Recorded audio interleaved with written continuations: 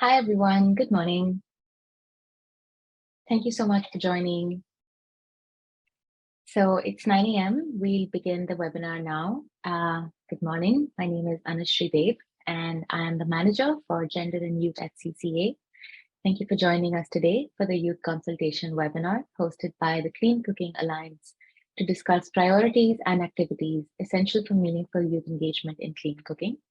The webinar will inform CCA's youth engagement strategy through discussions and constructive dialogue with youth and relevant organizations. Today's youth are some of the most educated, informed, and innovative in their generation. They have gained unique skills and experiences through education, technology, innovation, entrepreneurship, collaboration, and so much more. But most importantly, they are using their special skill to drive change. Therefore, it is not surprising that the role of youth in climate, energy, and development efforts has been gaining momentum in the recent years. In the context of raising global challenges, instabilities, and inequalities, it is now more than important to empower youth and engage them meaningfully in clean cooking. Meaningful and inclusive engagement of youth in clean cooking contributes to the strengthening of the sector, improves health, environment, climate, and employment opportunities, and helps in the delivery of at least 10 of the 17 SDGs. That is why CCA is stepping up its youth engagement, and in light of publishing its official youth engagement strategy as the next step, CCA youth efforts will be more strategic, scaled up, and impactful. I now hand it over to my colleague, Andrea. Thank you, Anu. My name is Andrea. I'm a coordinator at CCA. Thanks so much, everyone, for joining this webinar and continuously showing your interest and passion for clean cooking.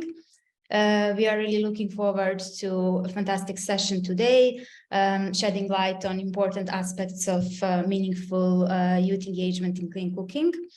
So I will just quickly go through the agenda and share my screen.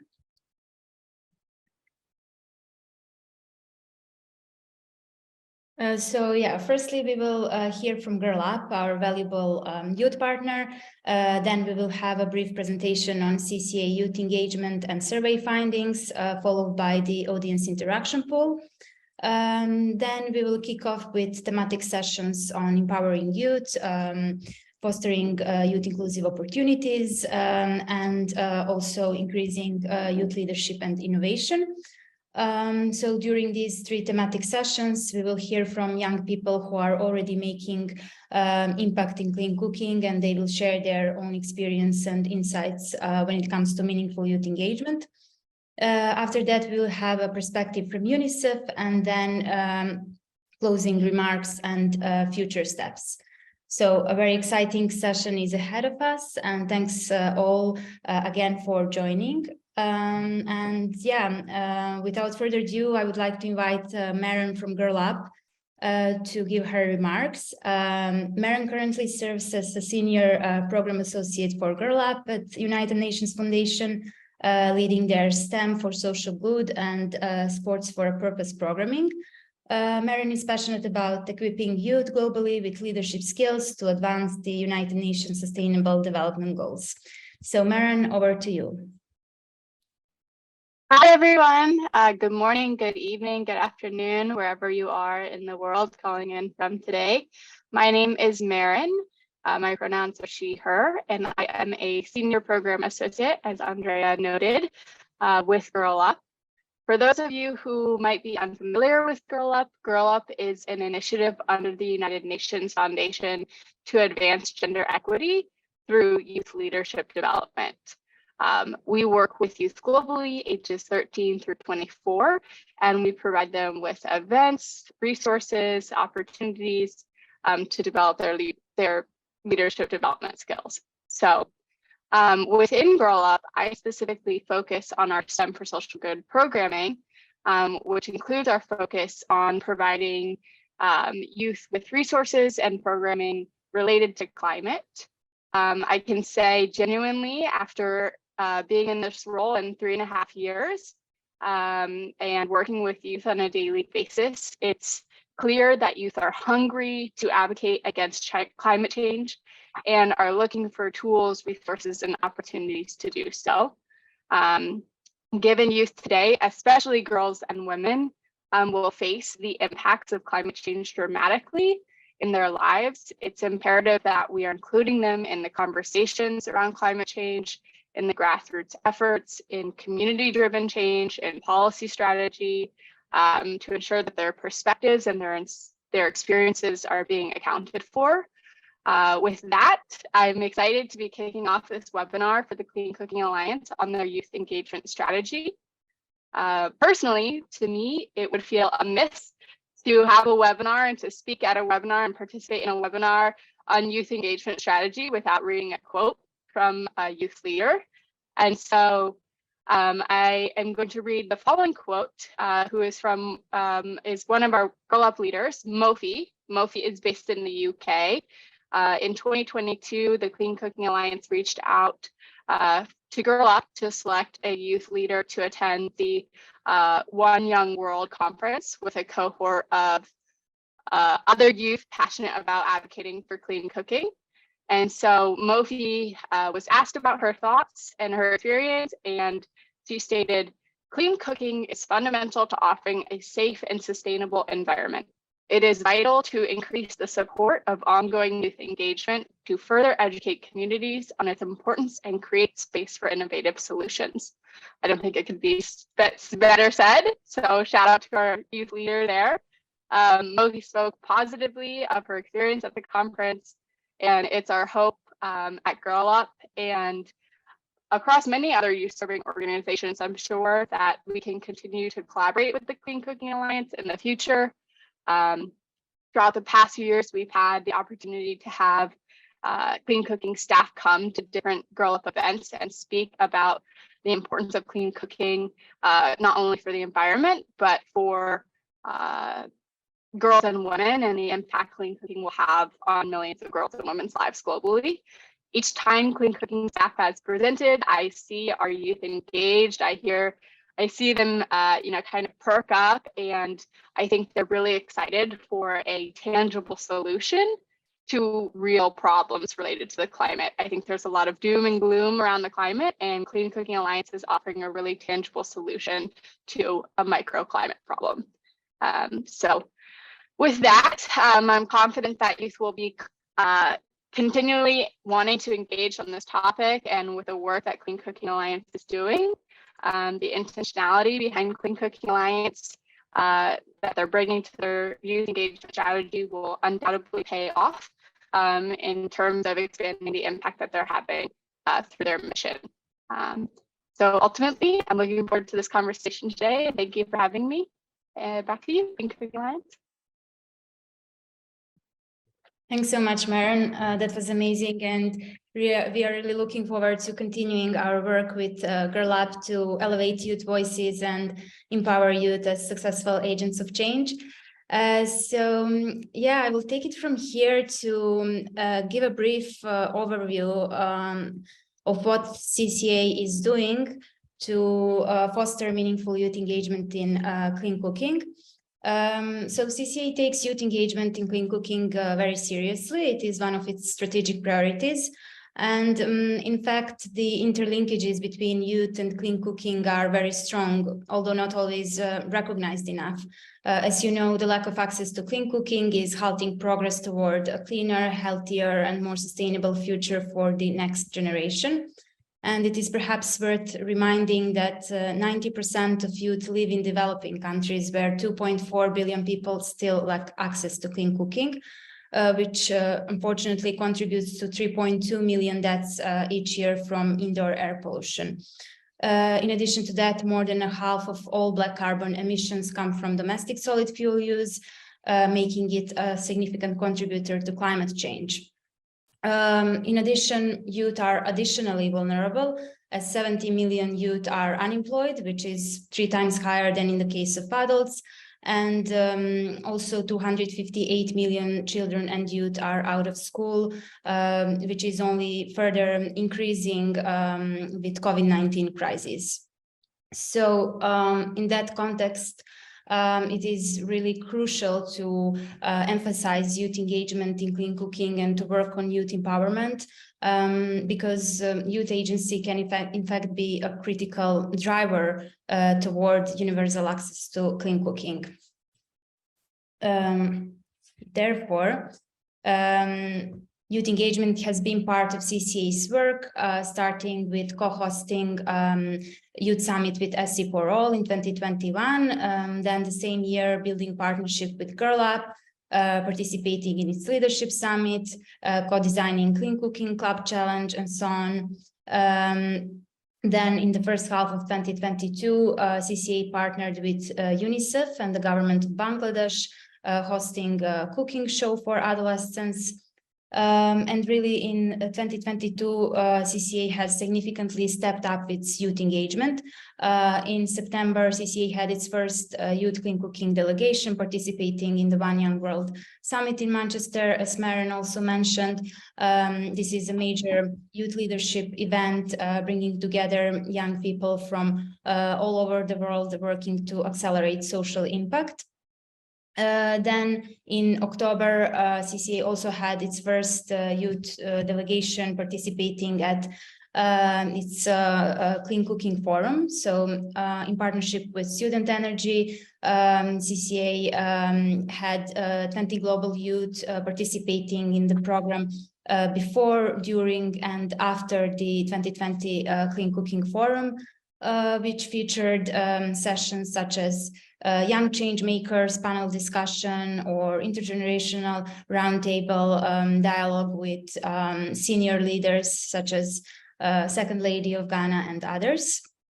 And finally, CCA also used its platform at COP27 to engage young people, offering a number of opportunities for youth speakers at CCA's events at COP27, and also becoming inaugural members of the Youth Transition Commission, which was launched at COP27, aiming to unite energy transition efforts among youth-led and youth-focused organizations. So yeah, that would be a brief summary of our youth engagement journey. And CCA continues to prioritize youth engagement, but in a much more strategic way. That's why we launched Youth Consultation process. And thanks so much to many of you who have already been part of this consultation process. We published a youth consultation note featuring preliminary results-based framework. We launched surveys, one for youth organizations, assessing their needs and capacities in clean cooking. And today at this webinar, we will hear from many young people who are already making impact in clean cooking and related sectors. So now briefly on survey findings, we gathered 128 responses, among which more than 75% of our respondents perceived clean cooking as attractive career field, which is a great result and shows interest in clean cooking as a career. However, more than 40% told that funding mechanisms in clean cooking are not youth inclusive. Also, about 40% told that youth are not included as equitable stakeholders in the clean cooking sector.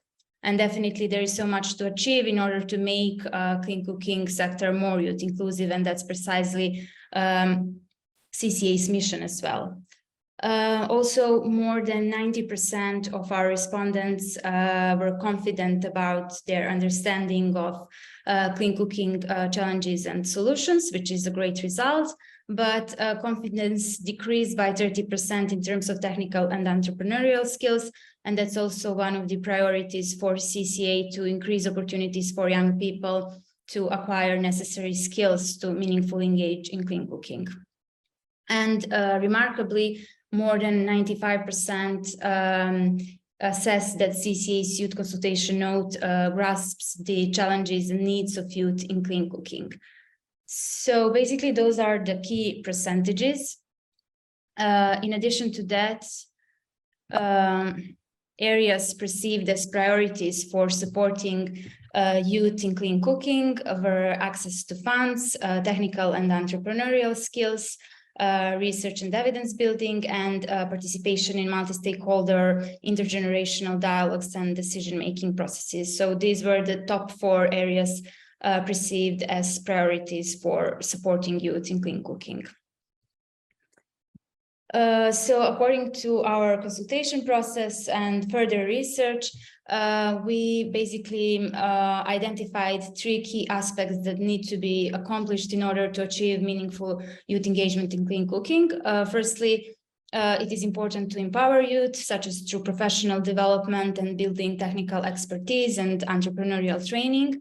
Then it is important to assure youth inclusive opportunities through policy advocacy, mobilizing funding and relevant research.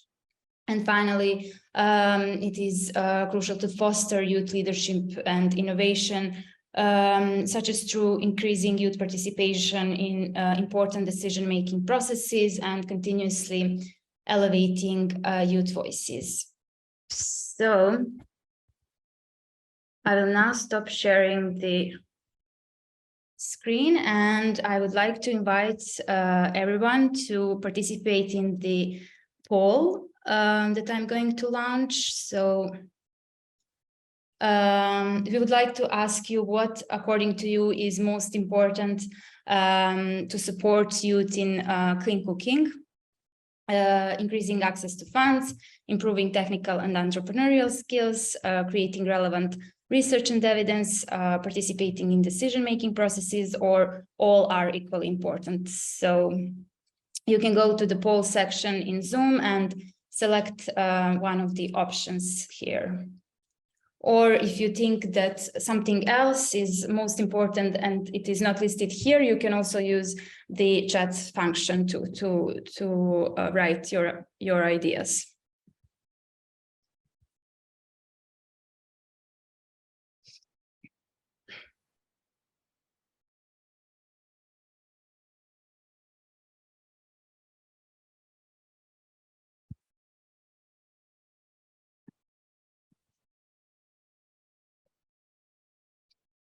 Yes, Kakembo, that is very true. All are equally important.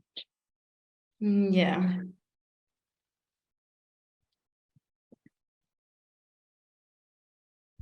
So thank you to those who participated so far. It's 11 out of 14, so it's a good number, but yeah, we can wait like 1 minute more for everyone else to participate.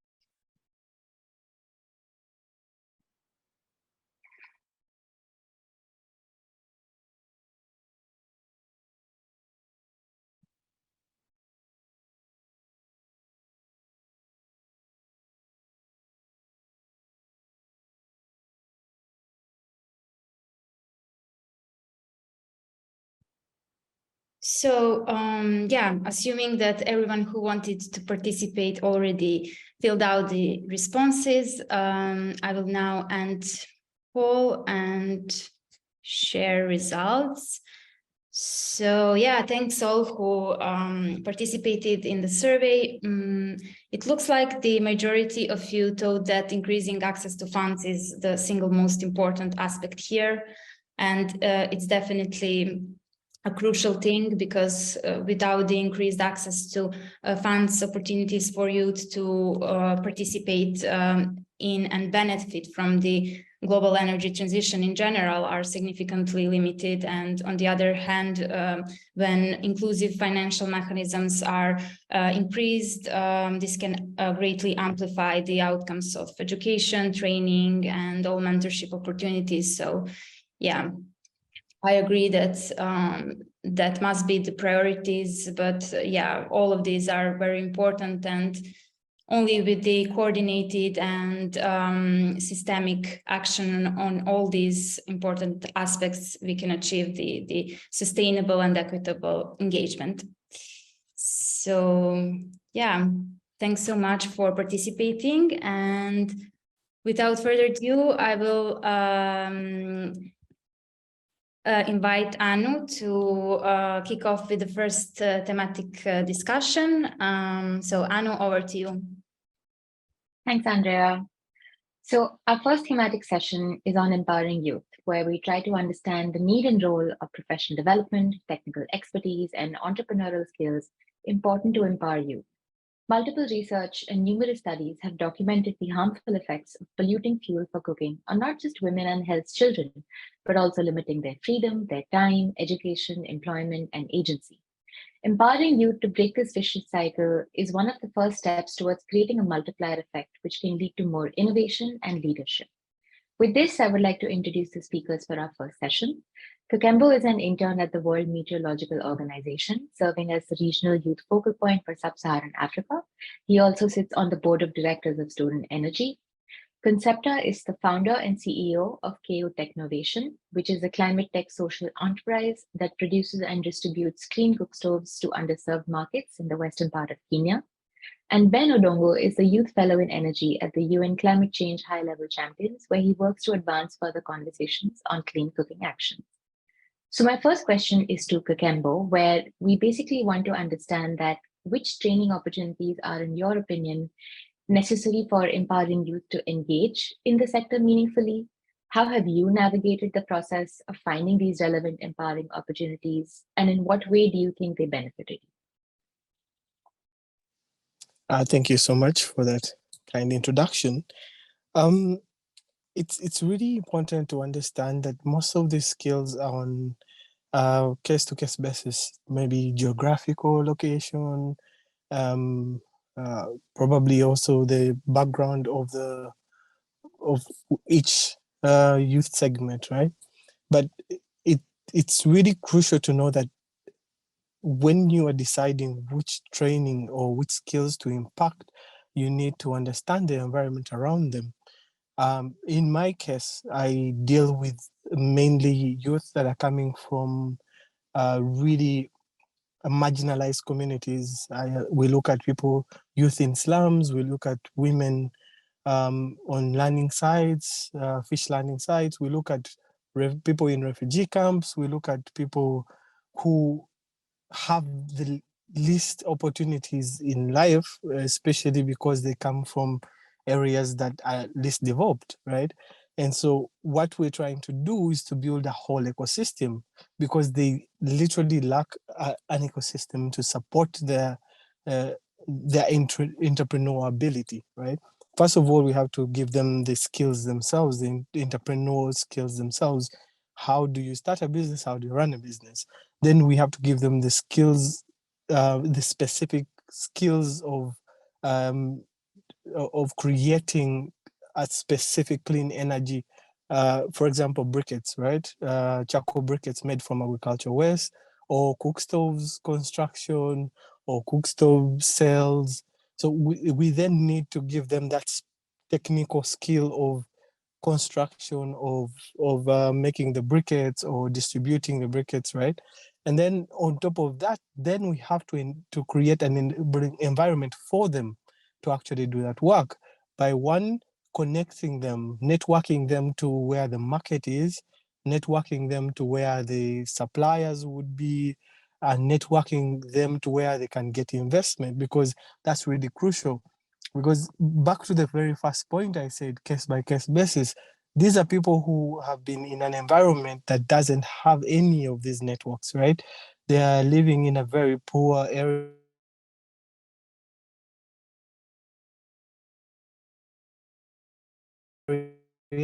They don't, then informs you that they don't have, sorry,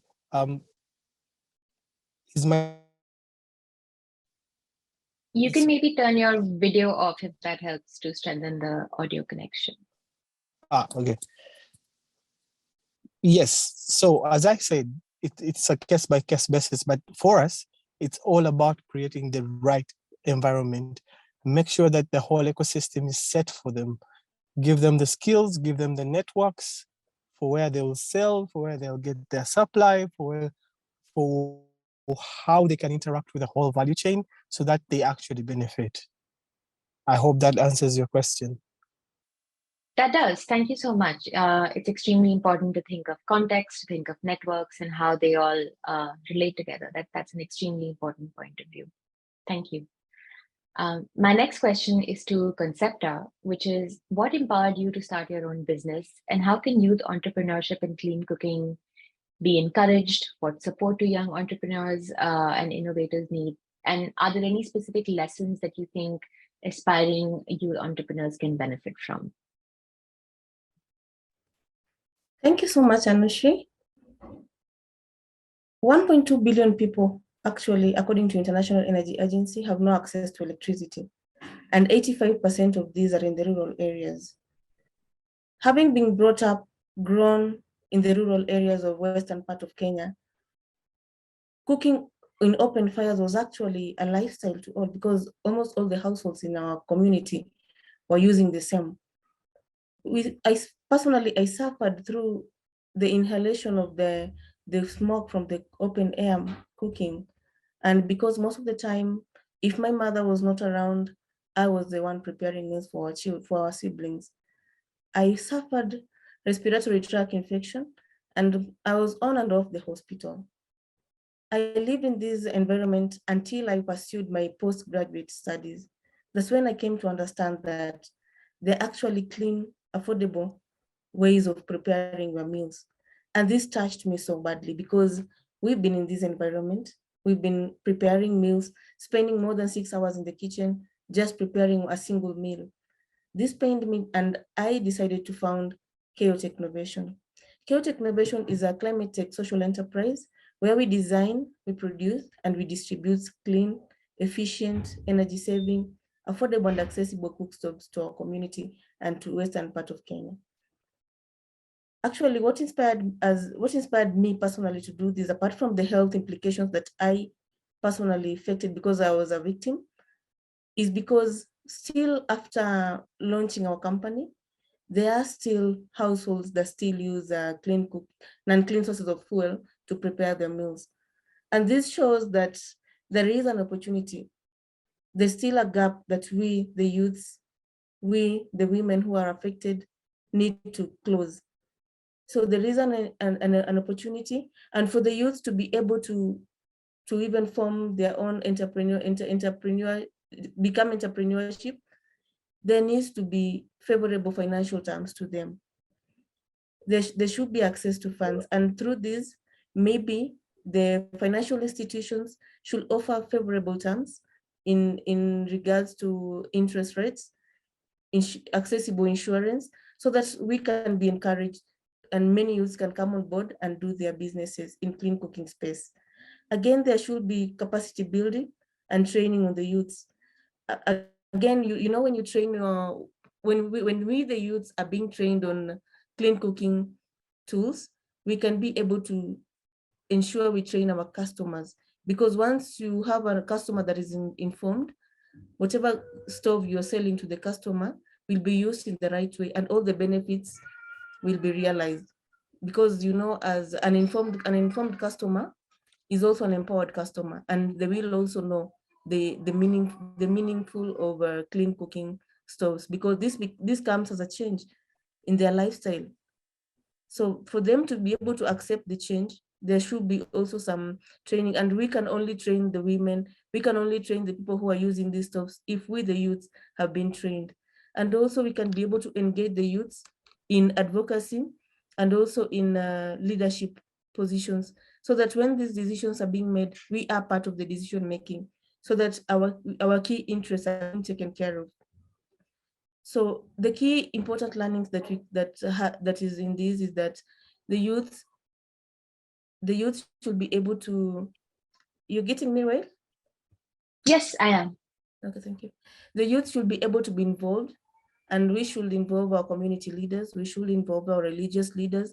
We should involve our local authorities so that whatever we are doing for our community reaches to the targeted people. And also the youths need to incorporate also the women and the children who are being affected by these non-clean sources of cooking, because these are the frequent users of the kitchen.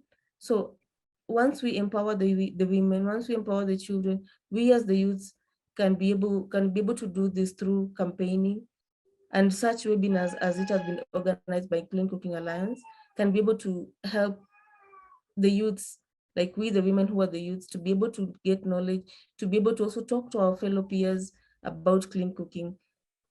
And also, I feel like there should be favorite terms when it comes to funding, because this is where, when you're talking about the youths, we're talking probably about people who may not be able to sustain their own businesses, because like for KO Technovation, we are a startup.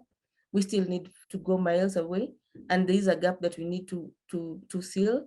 And for us to seal this gap, we also need funds. So the favorable terms of the funds should be able to incorporate the youths so that we can be able to access those funds. Thank you so much. I think I've answered the question. Yes, you've answered the question, and thank you so much. That is such an inspiring story to know about. My next question is to Ben, which is, where do you see the potential and opportunities to empower youth in clean cooking through your work in developing countries? And what kind of empowerment opportunities do you think are needed, which are maybe not present at the moment? Yeah, thanks, Anshri, and hi, everyone. Glad to be part of this webinar. I think for me, like through our work, I mean, two of my colleagues have already touched a bit in terms of, the challenges and some of the potential opportunities that we can involve the youth. But I would like to speak, from a practical example. So, besides my fellowship with the UN High-Level Climate Champions, I also work as a business lead, for electric cooking at Up Energy, at Up Energy Group, which is headquartered in Uganda. And I think one of the most important thing that has probably been ignored, for the longest time is really, the importance of partnerships. And I say this from a practical point of view, so Up Energy Group, is a distributor of improved cook stoves. It's a distributor of electric pressure cookers, and we have distribution operations in like multiple countries in Africa. But one of the ways that we have been able to work, with the local economy and with some of the youth enterprises is that with operations in the different countries, so like in our operations in Uganda, as an example, we actually do not manufacture our stoves ourselves. We do not distribute the stoves ourselves, from the warehouses to the regional hubs. We do this through partnerships. So when it comes to, for example, manufacturing, instead of Up Energy setting up like a manufacturing facility within the country, we actually look at existing, cook stove companies, so existing manufacturers. And of course, there are a lot of youth who are already involved in some of like these activities in terms of like manufacturing improved cook stoves and so on, as we've already had the examples in this call already. And the thing that I've been able to see, or the potential that I've been able to see with this kind of partnership, is that one, as a bigger company, as Up Energy Group, we're able to provide, sometimes financing in advance, to these small youth startups, but we are also providing them with market. So, most of them do not have to worry about, like, where they're going to actually sell their cook stoves, because we are able to offtake, all whatever they're going to produce. And there's so many other ways that we actually work together. And I feel that however much we continue to call for, better finance structures which are more tailored to youth and capacity development, I feel like, these are things that we have had over and over. I think areas where intervention is needed are well documented. Like everyone at this point sort of like knows very well that if you really want to help the youth, these are some of the areas that you actually have to tackle. You have to give them more voice. You have to include them in decision making and so on. I feel like all those things are actually well known, and we see like more and more organizations actually recognize that. But then in terms of implementation, I think that is where we have lagged behind the most. And I feel that examples of companies like Up Energy, where you are actually empowering youth in almost all these aspects, whether it is finance, whether it is capacity and all that. And all you have to do is, buy the cook stoves from this startup, which is being run by a youth. So I think that's, for me, one of the most important ones, is that we need to see, or we need to advocate for more partnerships between youth startups and like well-established corporations. I don't think we need to continue to look at it as a competition, because most of the time people will say like the financing is tailored to the big companies. And never to like very small companies, because they are not able to meet some of like the due diligence requirements.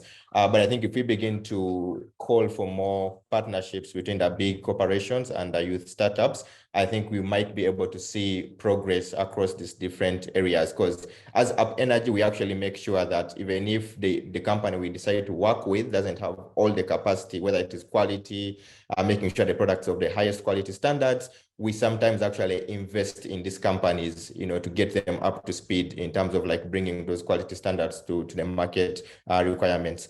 And then I can go back and briefly talk about, the work that I was doing with the UN Climate High Level Champions. Of course, I was a fellow, for 2022, and that was most of my contribution was, speaking up about, the role of clean cooking, towards COP27. And I think the work that the high-level climate champions have done well is just making sure that we incorporate more youth into meaningful engagement, and whether that means like having more youth, participate in these different events, as I think CCA has been highlighting most of this throughout the year.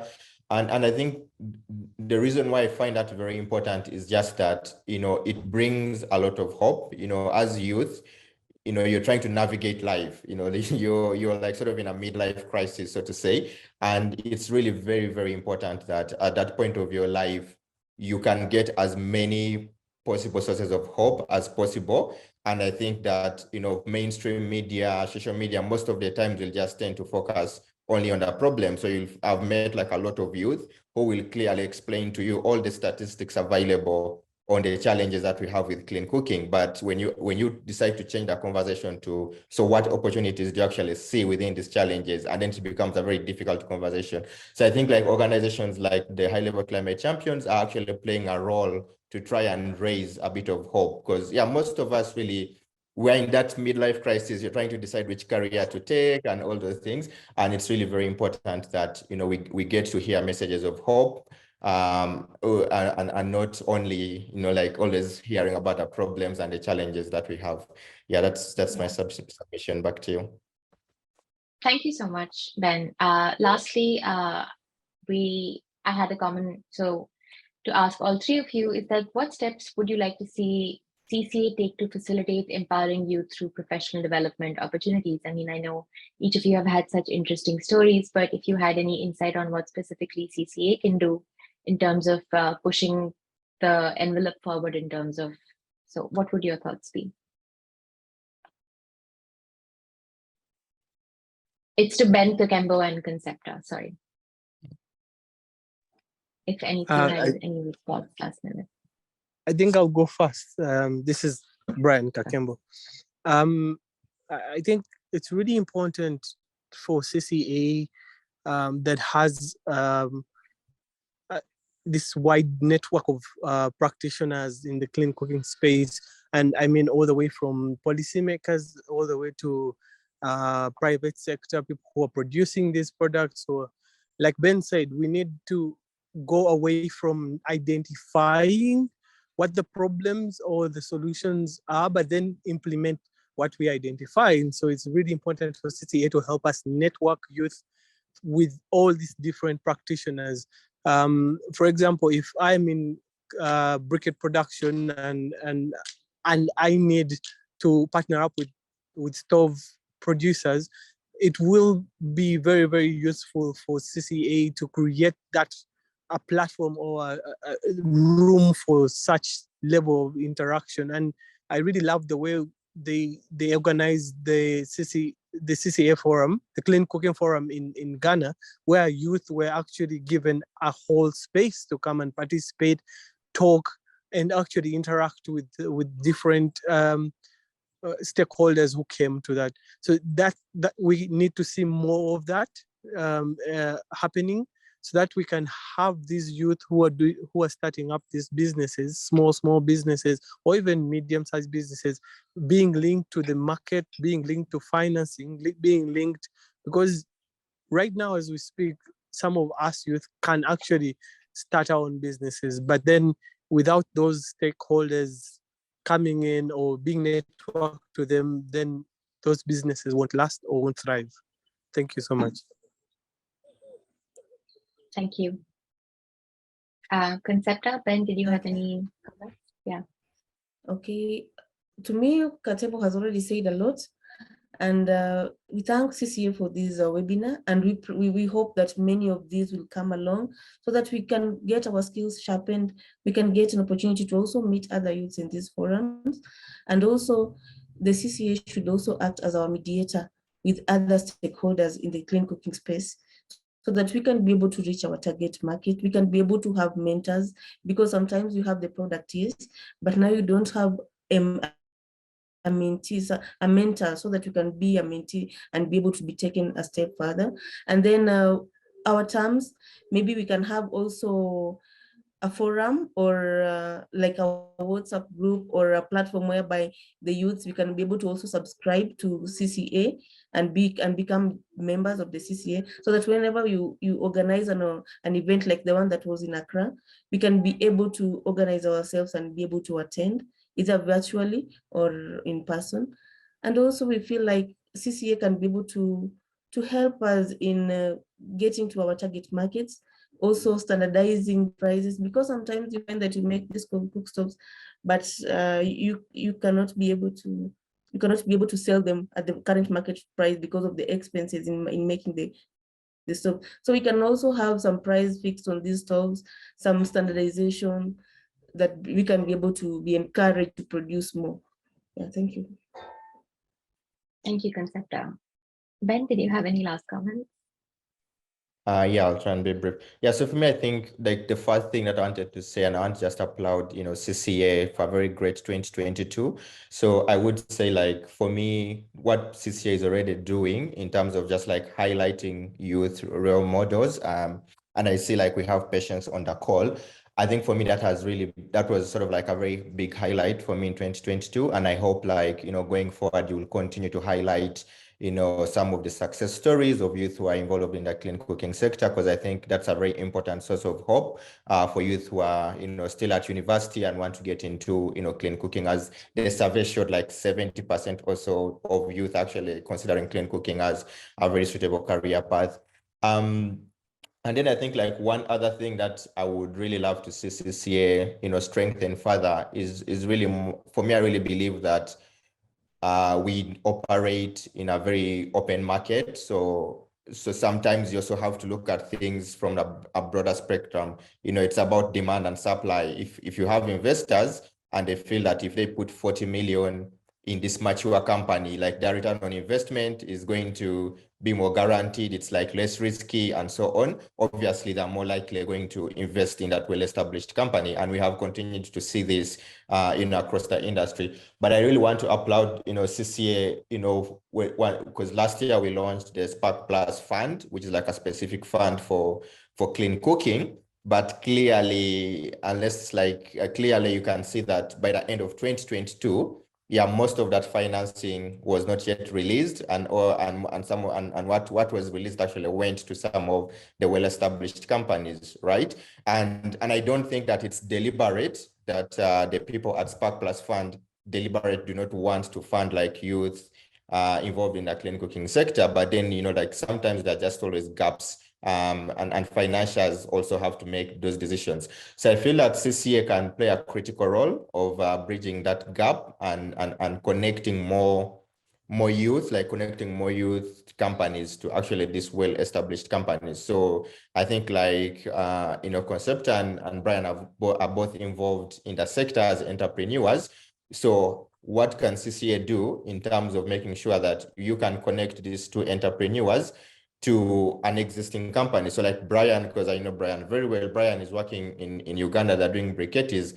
But then if you wanted to expand his briquette business to another geography in Africa, it becomes like very difficult and for him. And I feel that, CCA has a network of existing distributors in these other geographies. And I feel that that is something that is going to, for me, I think it will unlock the market as clean cooking in general, but it will also allow the youth to actually now have very meaningful engagement within the sector. Thank you, Ben. Each of those comments by all three of you are extremely useful and very specific, and something that we will definitely look into incorporating in our activities. So with that, we come to the end of the first thematic session. Thank you so much to all the three speakers for their responses. I would now like to introduce Shannon Lloyd, who is the Senior Associate of Evidence and Impact at CCA, to come and moderate the second session. All right, thanks, Anu. With more than 70 million unemployed young people worldwide, youth unemployment is 3 times higher than adults in all countries, particularly affecting young women. Moreover, about 258 million children or youth are out of school. COVID-19 further exacerbates these inequalities by interrupting education, training, and employment. To reduce these disparities, it's essential for more youth to be involved, which is only possible if they can participate in these inclusive opportunities, be supported through required funding, and create inclusive policies that base decisions on representational research. So with this, I have the pleasure to introduce the speakers for our second thematic session on promoting youth inclusive opportunities, wherein we'll try to understand the role of youth inclusive policies, funding, and research in creating inclusive opportunities. So first we have Esther Wanza. She is the founder of Mpito Energy, a startup working with communities to accelerate access to clean cooking in Kenya. We also have Inez Yabar, recently joined the UN Foundation as Next Generation Fellow Lead. Inez sits on the board of Loop, a grassroots women-led Peruvian social impact company conserving the marine ecosystem. And finally, we have Shakti Ramkumar, and she is the Senior Director of Policy and Communications at Student Energy, where she oversees the organization's strategic communications and digital engagement. So first, Esther, I'll turn it to you. And your first question is, in your experience, what financial mechanisms most effectively support youth-led or youth-owned initiatives and enterprises? And how have the various programs you are a part of benefited you professionally, and were these inclusive? Thank you so much, Shannon, and thank you for inviting me to speak in this webinar. First, I've worked in the clean cooking sector since I graduated in 2018, and I worked with different communities under different projects at Energy for Impact, where it's more of supporting communities to accelerate access to clean cooking. And I've been involved in recruitment, support, mentorship of these communities. And I can tell you, not only in Kenya, and I'm sure in different parts of Africa, clean cooking is not yet attractive to many youths. It's still that one sector which is seen just like farming. Here in Kenya, youths take farming like something for the rural old people. And this is because many of them have not seen the benefit of their older generation, what these older generation have benefited from that value chain, because of lack of support from either development partners or the government. Clean cooking has remained to be a topic or a sector just like any other business, where people don't understand it as a value chain or a contributor to climate mitigation. We've seen financing being directed to development organizations like climate finance, for example, I'll talk of the ENDEV, Energizing Development Project, which is under the Global Climate Fund, which is being implemented by different development partners, including GIZ. This is focused on supporting rural communities, mostly focusing on women, the local sector, the local manufacturing sector, to accelerate access to clean cooking. But this still remains not enough to cover this sector. Because if you look at the people being supported, and this is because I've participated in these programs, is mainly the old generation who don't understand much about clean cooking. How can we make climate finance attractive to young people? Someone like Brian, who is doing briquettes, how can he benefit from these finance directly without it being having to come through development organizations? Is there a way to develop a platform where young people can work directly to access climate finance? The other financing mechanism, which is an upcoming financing mechanism, which I've seen can go a long way in reducing the cost of cookstoves, is the carbon credits, where if you look in most countries, and I'll give an example here in Kenya, most of the cookstoves, the improved cookstoves, the tier 3 cookstoves, are so expensive for the local people. And you find most of these people offer them in a pay-go. You have to let someone to access it and pay in installments. But how can you tell a young person who is just direct from school to offer such a technology or a cookstoves on a pay-go plan, and he doesn't have enough even money to support himself? So availing carbon credits to young people to be able to run their own startups on pay-go model to increase access to these cookstoves, to ensure that communities can be able to access these cookstoves on a pay-go model, can go a long way in supporting young people to be attracted to the clean cooking sector, not only in cookstove business, but also in electric cooking. There's so many appliances being in the market currently on electric cooking, but they still remain expensive. I've talked to several youths there. They want to do the distributions, but they don't have the capital. They're from upfront capital to purchase these appliances to be able to distribute in the rural areas. They don't know how to access to import these appliances, because if they have to sell these cookstoves direct, they have to import them either from China or from any other country. But they don't have a way to import, they don't have the capital to import the cookstoves, they don't have the necessary documents to import these cookstoves. So it's a challenge for a young person to be able to move into a business to where he or she is able to import or sell cookstoves or electric appliances. Also, if you look at debt financing, here in Kenya, most of them require one to have either a guarantor or a collateral to be able to access debt finance, which is also a challenge for a young person who is directly from school to have those requirements, to meet those requirements by the banks.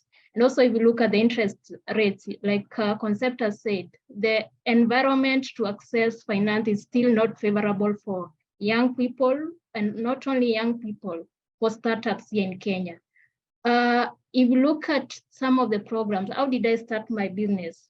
I participated in the Ban Ki-moon scholarship last year. That is the Ban Ki-moon Global Citizen Scholarship, which gives a seed fund to each of the participants to start a project. So for me, I chose to do a project on clean cooking because that's an area where I've had an expertise. That's an area where I've worked in the last 4 years.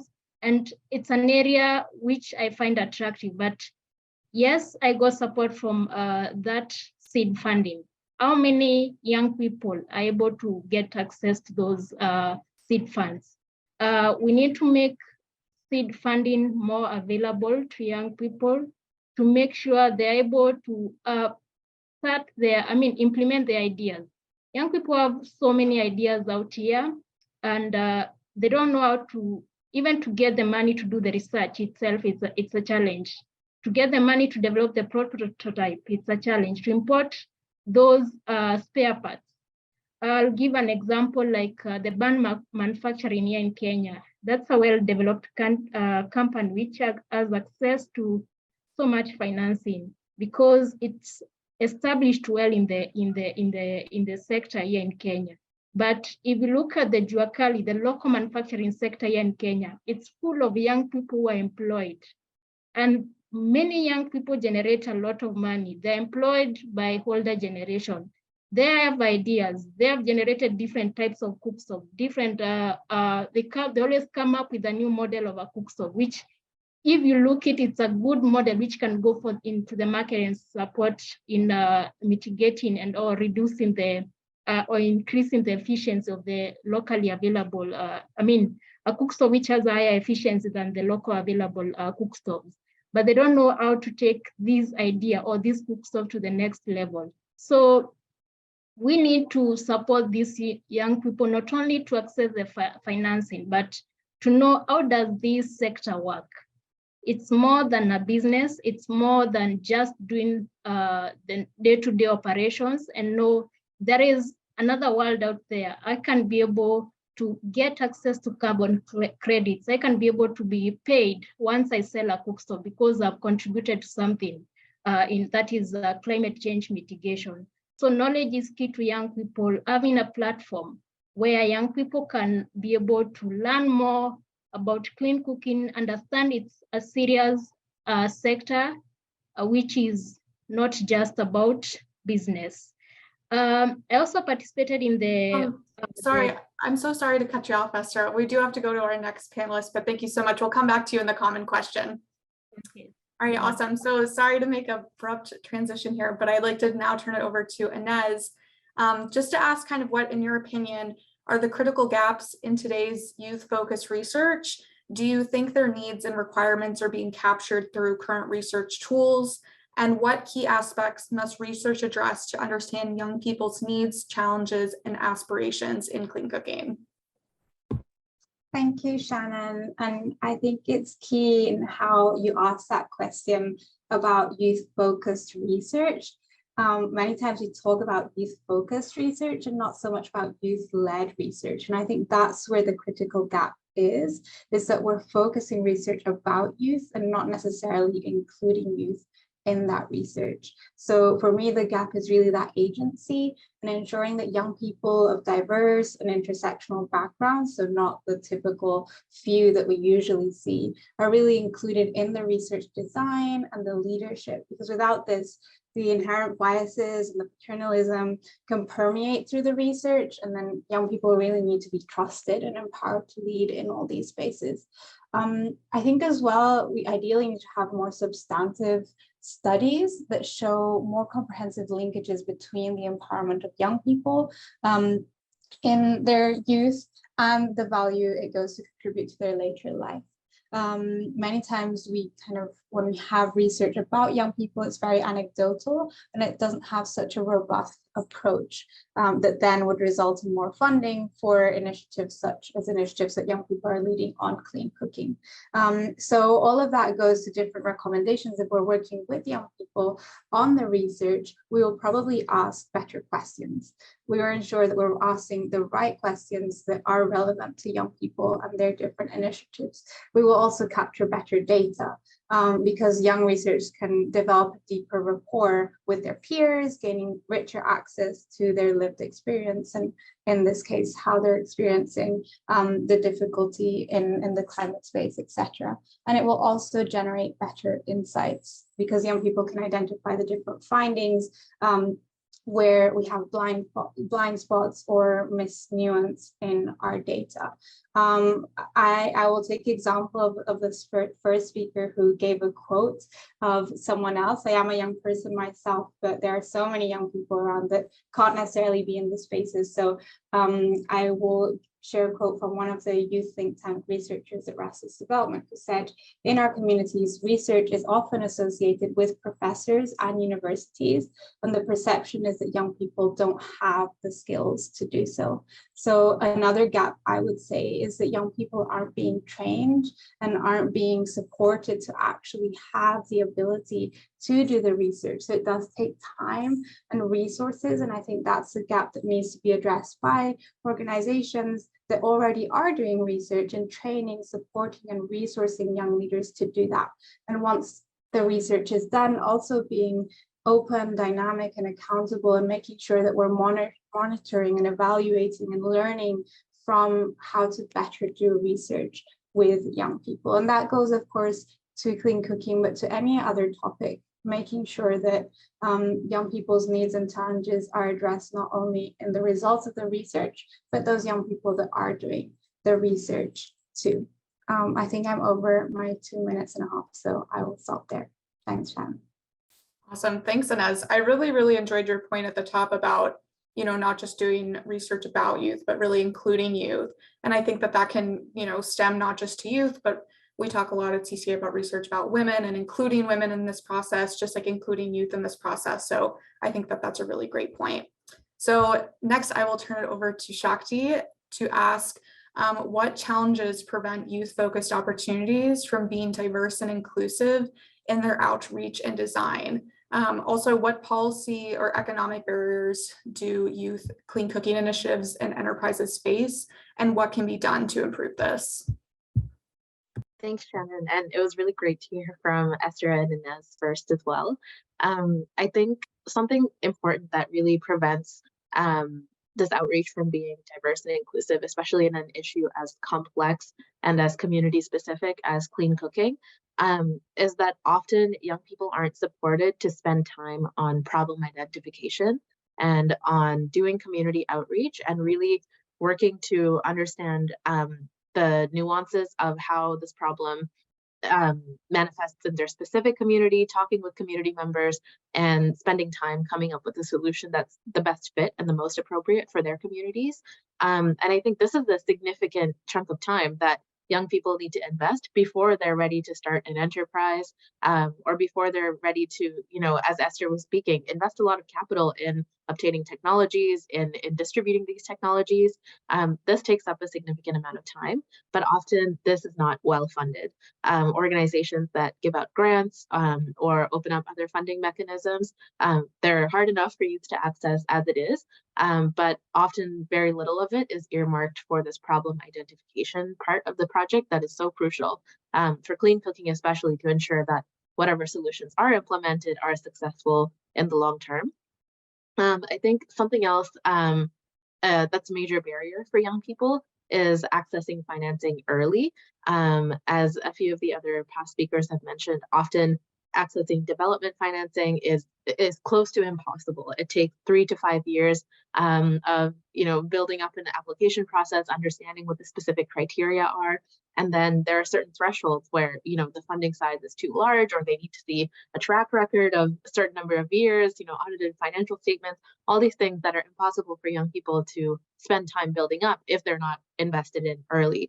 So I think having this early financing is so crucial for young people, particularly for clean cooking, to be able to trial out the solution that they're piloting in their communities, to build up these financial track records and statements, and, you know, spend time monitoring whether the solution is actually working in the communities. And then this track record will be kind of beneficial for young people to launch into bigger tiers of funding. So that's something we often see at Student Energy, is youth kind of seeking that first partner, but finding it very hard in the traditional philanthropy and development funding world. Another policy barrier, I think, that may be a challenge for young people is really on being supported by other institutions in their communities, whether it's universities, local governments, national level governments, to be part of the schemes and policies that they're introducing. Many governments do introduce really innovative policies targeted at village levels, town levels, at city levels, to solve a specific problem. Sometimes clean cooking is one of these, and we see this broadly across the energy sector overall, where, you know, there are incentives for entrepreneurs, small businesses to implement certain technologies. There are incentives to, work towards certain emissions reduction goals or to improve energy access, but rarely are young people specifically reached out to be a part of these initiatives. We see this in a lot of different countries where first, it's hard to even find out that the government has these kinds of initiatives. And secondly, it's very difficult to find out how you as a solo entrepreneur or as a young youth-led organization can join on and kind of be part of this incentivization program that many governments and other institutions introduce. So I'd say those are broadly some of the big challenges. They're policy related, they're regulatory, and they're financial. But I think there have been a lot of solutions proposed already within this group on, investing in young people early, opening up capital, kind of at these pain points of that young people face in their entrepreneurial journeys that I think can really speed up progress on getting youth involved in clean cooking. Awesome, thank you so much. Yeah, I think it's an important point you highlighted, just the number of barriers that youth can face. That's not just financial and, barriers within that financial, social, all of those other points that you mentioned. That was great. So just to pose a question back to our three panelists on this session, what steps would you like to see CCA take in areas of youth-focused research in the creation of more youth-inclusive opportunities? If anybody wants to jump in from this session.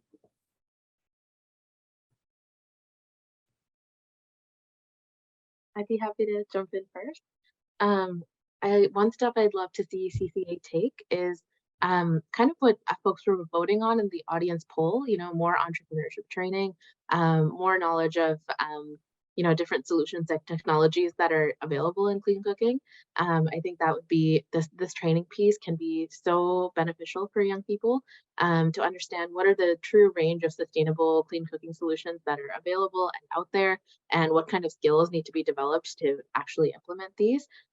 In our work, we often see some things get overlooked in other training programs, like permitting processes and like actually obtaining technological products and appliances, and how to do contracting and how to build a project management team. So training skills like these, specifically with a focus on clean cooking, I think would be a great step for CCA to take.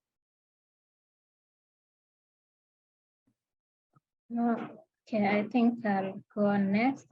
Maybe I'm part of SDG 7 Youth Constituency, and under the constituency, we have the Youth Sustainable Energy Hub, where it's an initiative which supports youth projects from young people, which range from clean cooking to different projects. So if CCA can partner with the constituency to make sure that some of these projects are brought to the limelight, young people's projects, and also they can be able to access funding.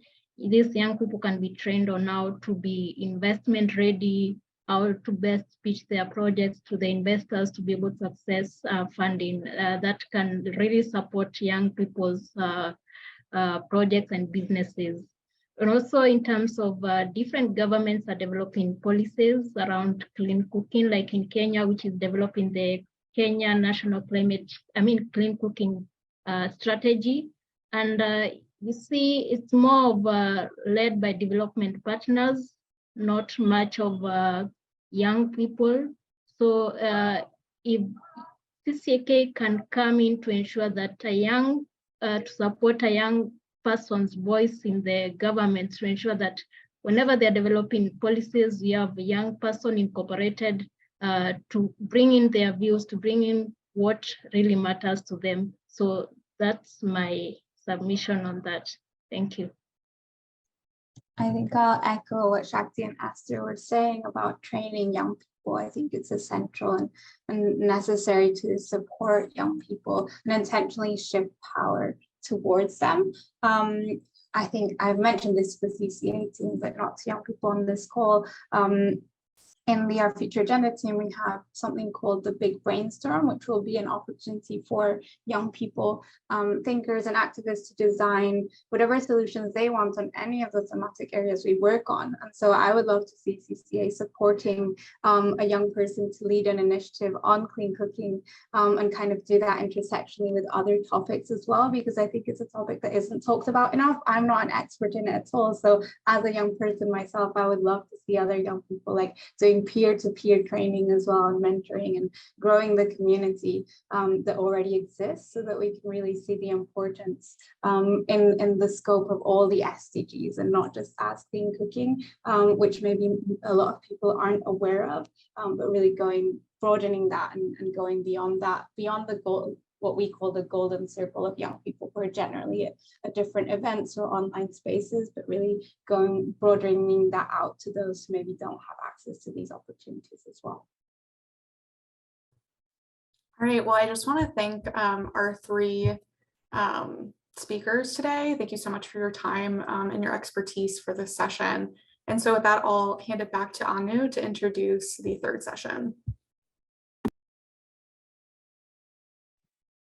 Thank you so much, Shannon, and thank you so much for the speakers for the previous round. So with that, we come to our third thematic session.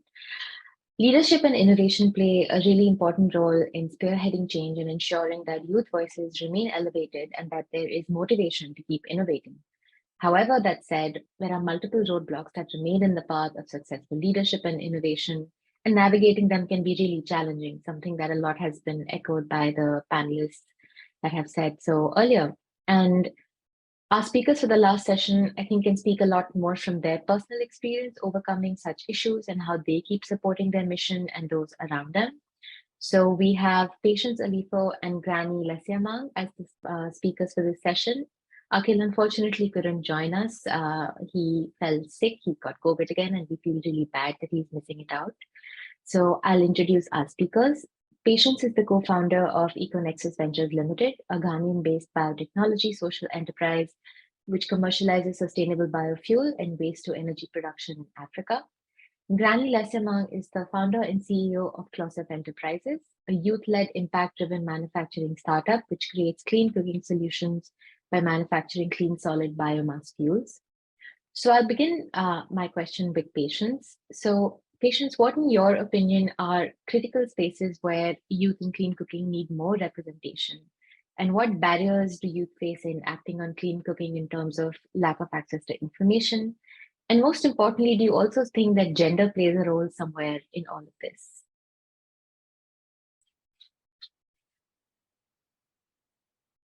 Patience, are you there?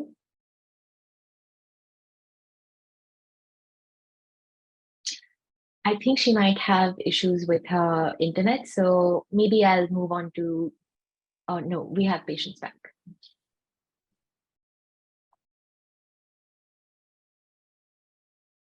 Patience, can you hear me?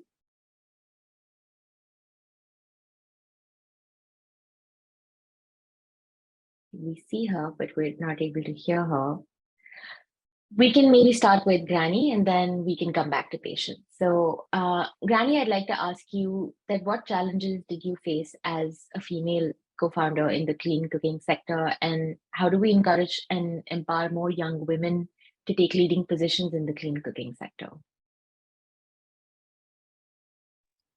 Hello, everyone. I'm really excited to be part of this webinar. I hope it's okay if I keep my camera off because my internet is also acting up. I was having trouble logging on. Absolutely. That's fine. Yeah, I'll actually speak of my experience by zoning in on my country because we're still a startup. There's the novelty aspect of it where one of the first few companies to really delve into clean cooking.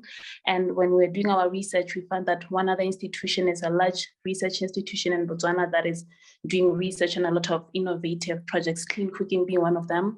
And they keep coming up with prototypes. They've come up with about 2 prototypes of firewood stoves, and they're more on the hardware side of things, not really clean cooking, clean biofuels side of things. So we're pretty much the first company to do this. So there's the novelty aspect of it, of having to penetrate the market and actually get people to see the importance of what we're doing, because it is a solution that they need, given that the majority still use firewood, and those who use LPG gas and electricity find it to be way too cost intensive. So that has been one challenge. And then the other has been just the general red tape that is faced by most entrepreneurs, male and female, with funding bodies that they have so many requirements that too administrative. They don't look at projects and their impacts, but more on, have you submitted this and that we ask for? So we find that we kind of come against that red tape like most entrepreneurs, but that is kind of generally what entrepreneurs face in our country. And as a female co-founder, I would say, I find myself feeling very lucky to be part of the generation that we have access to all this information, right? What I don't find in my country, I can go online and find opportunities, training opportunities for women, specifically targeting African women, funding opportunities or possible funding opportunities and mentorship opportunities. So that hasn't really been much of an issue. But what I've found to be an issue that I think that every female entrepreneur will come up against is the internalization of bias, right? Like going with my male co-founder to an office to meet an esteemed person. And because I'm speaking and I'm laying out the project, it's like, why do women always like to be seen? Which is something that he kind of mentioned. And then I was wondering, if he had been the one leading what we were presenting, would that have been the perception that he's trying to be seen, right?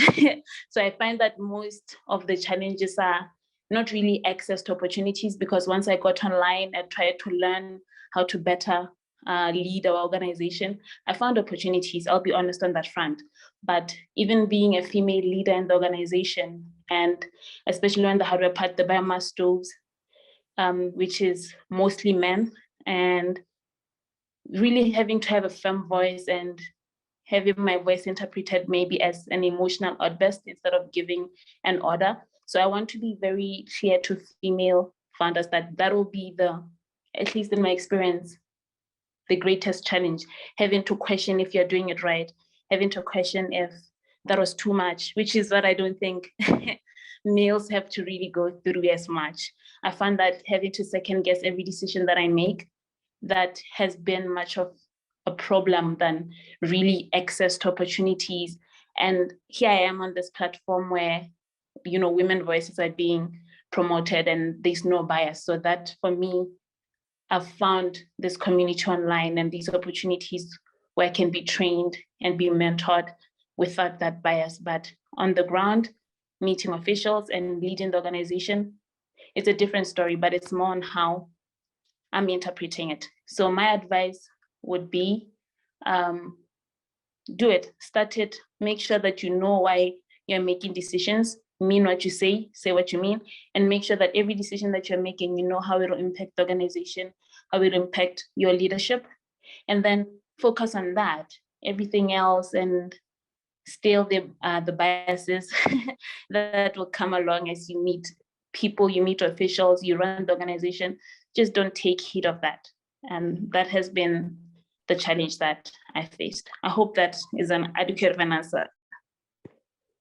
That is more than adequate. Thank you so much. And that's such an extremely important point that you raised, that it's so much of the interactions that you have that also form your opinion and make navigating the spaces easy or difficult. And thank you so much for speaking.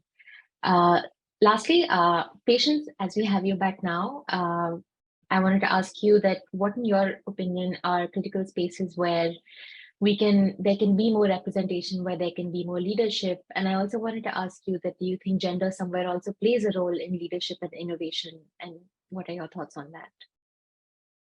Okay, thank you so much for the opportunity. One thing that I know is that when it comes to Africa, majority, like 60% of the population are young people. So, I mean, when we are talking about clean cooking, young people cannot be exempted.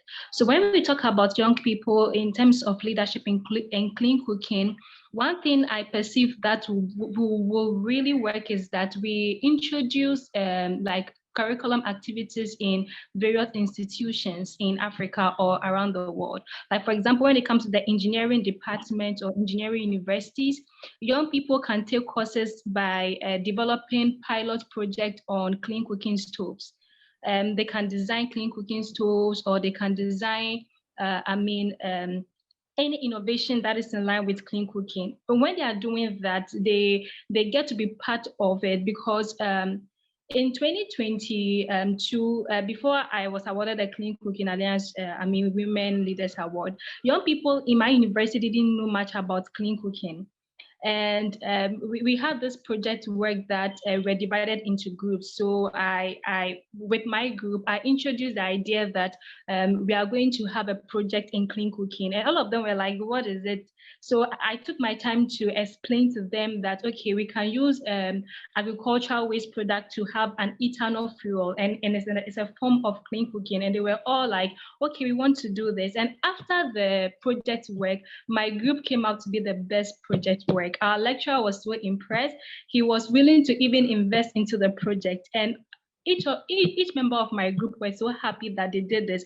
Most of us went to the street, went to interview women who cook, went to interview young people. We have all those pictures there. So they are part of, when it comes to clean cooking innovation and everything. So when that is introduced into the university, most young people will adopt the interest in clean cooking. One thing I perceive is that there is lack of knowledge when it comes to clean cooking, especially in Africa, and for young people in rural areas. They grew up using traditional cooking models like the kerosene, the firewood. So if you come and introduce something like, okay, we have a modernized clean cooking technology, they are even skeptical using it, because they are stuck to the old ways of doing things. So if that is introduced to them at their early stage in school, the teachers can influence them. They can go home and impact their parents about the importance of using clean cooking. And if the awareness of the risk factor and the health implication of traditional cooking models are being introduced to these young people, they'll be so skeptical on using new technologies. So that's one way we can introduce leadership when it comes to clean cooking. We can do that through education. Education is key. And when we adopt, curriculum activities, or introduce new ways of teaching young people about the importance of clean cooking, we can have young people who will develop interest in promoting clean cooking. For example, myself, in 2017, I developed interest in clean cooking after watching a documentary on DWTV. And that was the way I got knowledge about clean cooking. If I didn't watch that documentary, I wouldn't have even known that there's something called clean cooking. I'll be so used to the old way of cooking. So when knowledge gap is being mitigated, or when knowledge is being introduced to young people about the importance of clean cooking, it is surprising that we'll have the next Elion Mark developing the best innovation in clean cooking. Yes, so let us leverage on education, impacting young people on clean cooking. That's one thing I can say. And when it comes to the gender, CCA are doing so well in promoting a female in the space. And as the other speaker rightly said, my co-founder is a male, and he mostly said, okay, now there's only opportunity for your women in the industry. Why is it not men? But when you look at the VC industry, like the venture capital, and with the last few report that came in 2022, the gap of male raising funds for their business idea is like 80%, and women is just 2.2%.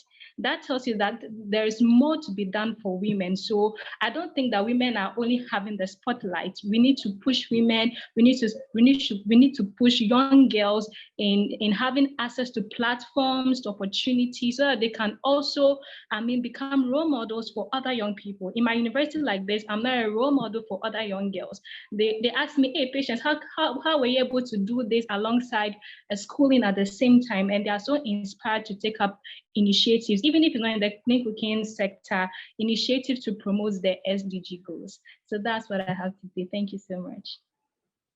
Thank you so much, Patience. That was really important. And yes, knowledge gaps and filling and making sure that they don't exist is a very important way going forward. And So lastly, I have a common question for both the panelists, Grady and Patience, is again, what steps specifically would you like to see CCA take to support youth leadership and innovation? If you had any last comments on that. Oh, hi, I can start. I was going to say, I've talked about this before with the director, that it seems like all the efforts to support enterprises in clean cooking are mostly in Eastern Africa and increasingly in West Africa. And I can understand why, because of the population and the large populations of people who don't have access. But it is the same case here. I'm in Southern Africa, in Botswana. It is the same case here. The majority of people in my country and neighboring countries, they don't have access to clean cooking. They don't have, they still use firewood, and those who use LPG gas and electricity, they find it to be a cost burden, especially in these times. So maybe that your efforts, CCA's efforts kind of like spread across the continent and not just in those two regions. Thank you. Thank you, Granny. Patience? Okay, so for me, I have it in two sectors. One sector is that we're impacting the young people in primary school, university. So CCA can work with the government in terms of those in charge of education, so that they can have extracurriculum activities. You know, there is this curriculum activities where young people use cardboard to come up with innovations, prototypes. So they can use cardboard to come up with clean cooking stoves, and through that, they can also, tell them the benefit of using clean cooking, stoves and fuel. So that could be one aspect. Another aspect for entrepreneurs like myself is that there'll be a platform where young people like myself who are into entrepreneurship can have access to the carbon credit market. Because when we have that access, we'll be able to cut down the cost of production. Currently, those who have access to the carbon credit market are the big guys. Those who are already doing big stuff. And with the young people, we are trying our best. So if CCA can provide a technical support or mentorship program on how we can access the carbon credit markets, that will really, really help. Yeah, thank you. Thank you so much, Patience. Thank you so much for speaking. I now would like to introduce Lisa Namatzau to give concluding remarks. Lisa is a climate and energy policy specialist at the Climate, Environment, Energy and DRR team at UNICEF headquarters. She works to support UNICEF's growing areas of priority on renewable energy and child-sensitive climate policies to benefit children, including children and youth engagement. Thank you so much. And good morning, afternoon, everyone. First, I would like to thank the Clean Cooking Alliance for putting together such a rich and insightful webinar and a space for young people to engage in clean cooking. I'm so excited about the prospect of this work, as well as the strategy that soon.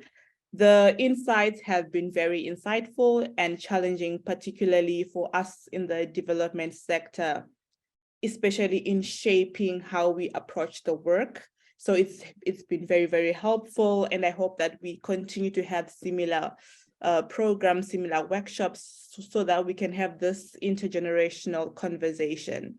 So just to give a brief overview of UNICEF's work in terms of sustainable energy and clean cooking, UNICEF recognizes that integral connection between equitable access to modern and clean energy as well as children's rights. So this is a child's rights issue.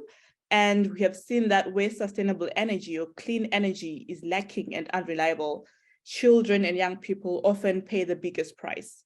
This is because they are one of the single most affected groups, as we have been talking throughout the webinar, both in the short term and throughout their lives, because this affects their health. We've had an interesting story of one of our young people who was affected in health from when she was young, and this can also have longer term effects on children and young people, as well as the access to services, as well as their ability to thrive. So together with our partners, we work to deploy sustainable energy solutions across health, water, sanitation and hygiene, education and social protection as well. For example, we support clean cooking initiatives in communities so as to reduce the reliance of fossil fuels.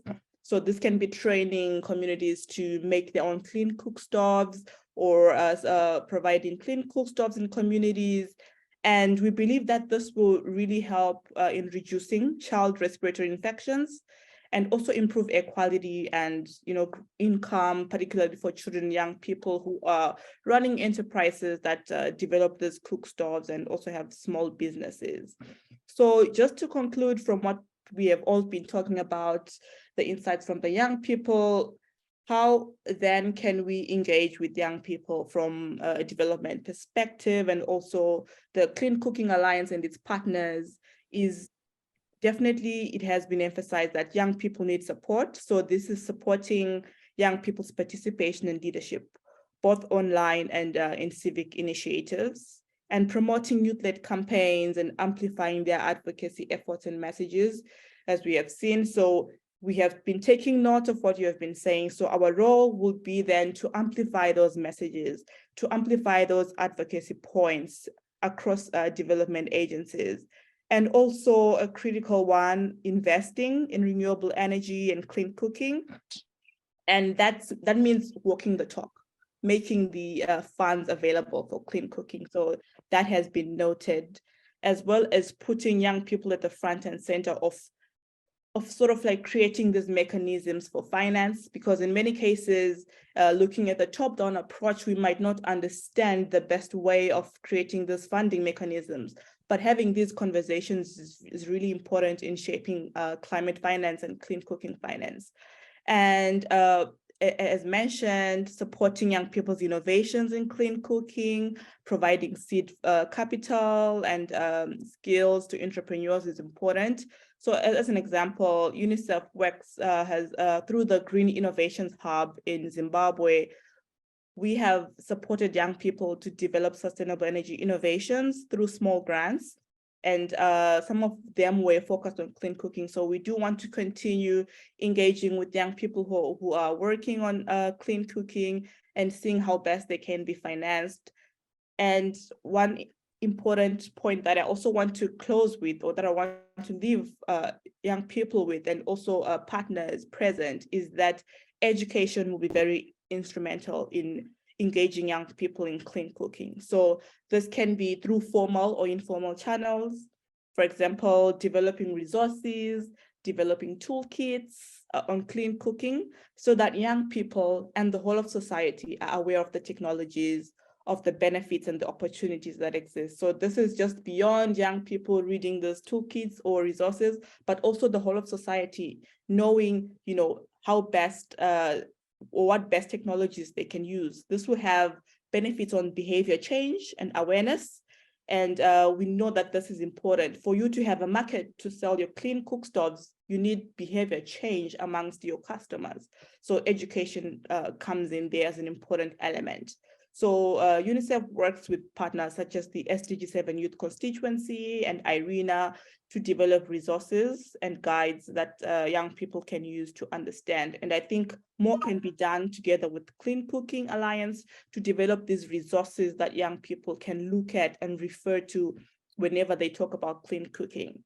And then finally, from a more policy level, really emphasizing the linkages between clean cooking and other SDGs, how clean cooking is essential for health and climate action, and then proposing solid development goals that emphasize clean cooking and putting it at the forefront. So last year, through the SDG 7 Technical Advisory Group, UNICEF proposed an indicator that will track the proportion of schools with access to clean cooking facilities. This is because we wanted to emphasize that clean cooking is interlinked to education. So we cited that data on clean cooking is available, but we don't see it being linked to child-focused sectors such as health facilities or schools. So having that linkage tracked would make a really big difference in prioritizing clean cooking for children and young people, because countries will be motivated to make commitments in clean cooking in schools. So that means that there will be a lot of effort put on the ground by governments and policies in place in government. So I'm so excited to see what's in store for this year going forward in terms of youth participation in this topic. And I'm optimistic, you know, listening to the stories and the presentations from young people, that all of these efforts will be strengthened. And as mentioned, clean cooking and the energy transition is an intergenerational issue. So young people have a key role to play. And at UNICEF, together with our partners, we continue to support young people as agents of change. So definitely, let's keep in touch. Let's continue to engage. And I hope that you'll continue to engage also with the Clean Cooking Alliance to share your views and thoughts. Thank you very much. Thank you so much, Lisa. It was so nice to hear your thoughts. And with that, I would like to introduce Jeline Bilopowski, who's our Chief of Staff and Chief External Affairs Officer, and for Jeline to give concluding remarks for the webinar. Thank you so much. I know we're slightly over time and you've already heard from all the important people, but I just wanted to jump on and say what a fantastic session. Thank you all for participating throughout this process and contributing to CCA's youth consultation. It's really helping us identify those key areas through which CCA, working together with you and all of our partners, can really unlock meaningful youth engagement in clean cooking and transform the clean cooking trajectory over the next few years. This program is an integral part of CCA's Global Networks and Partnerships program, and we are looking to significantly expand this work in 2023. So as you've heard, as a next step, CCA will be taking on board all of your input over this entire process, and I think this webinar is really just the icing on the cake. And we will be publishing our youth engagement strategy later in Q1, so we'll keep you all posted on the plans for that.